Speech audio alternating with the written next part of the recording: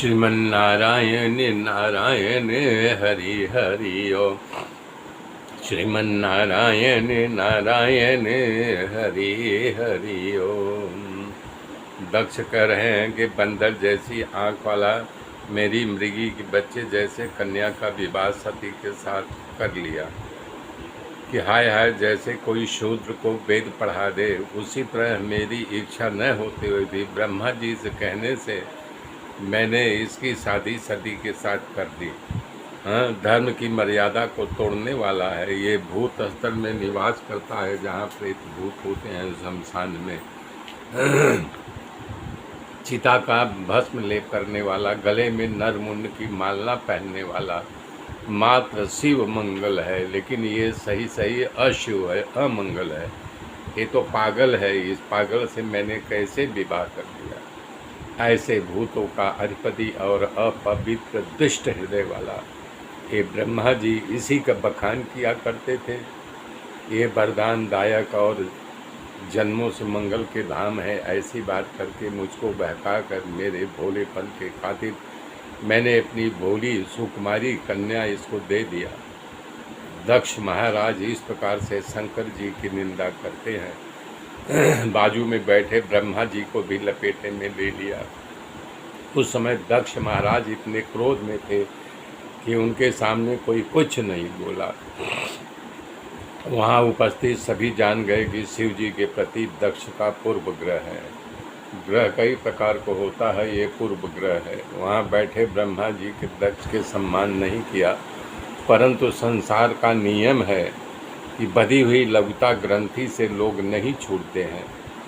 दूसरे ग्रहों की शांति पूर्व ग्रह की कोई शांति नहीं होती है।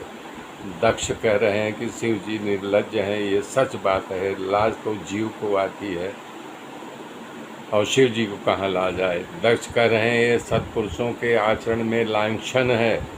संत कह रहे हैं महादेव का आचरण इतना सच्चा है कि संत पुरुषों को लगता है कभी शिव जी के बराबर होना बाकी है। शिव जी शमशान में निवास करते हैं। संत कह रहे हैं शमशान में शिव जी का निवास मतलब जीवन का अंतिम विश्राम के लिए शिव जी का आश्रयदाता है। भूत इनके मित्र हैं, भूतों को मित्र बनाया। इस संसार में प्रत्येक प्राणी पंच भौतिक भगवान समान तमाम प्राणियों के मित्र हैं। शरीर पर चिता का भस्म लेप करते हैं। संतों के भस्म काम नाशक कहा। भगवान शिव काम का विनाश करते हैं। भगवान शंकर नाग को कंठ में रखते हैं। नाग का मतलब होता है काल, जो काल को गले में धारण करे शिव। इस प्रकार संतों ने स्तुति की, पर दक्ष महाराज से ज़्यादा गुस्से में भगवान शंकर को शाप दे बैठे।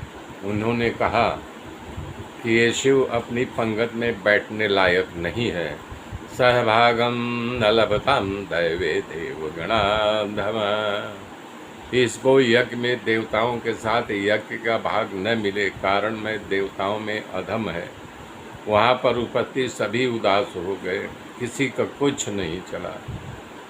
श्राप देकर के दक्ष प्रजापति वहाँ से चल दिए। सभा में हाहाकार मच गया। उस समय भगवान शंकर के सेवक नंदी उठ करके दक्ष को पकड़ा। कहा ये दक्ष खड़े रहो, मेरी बात सुनते जाओ।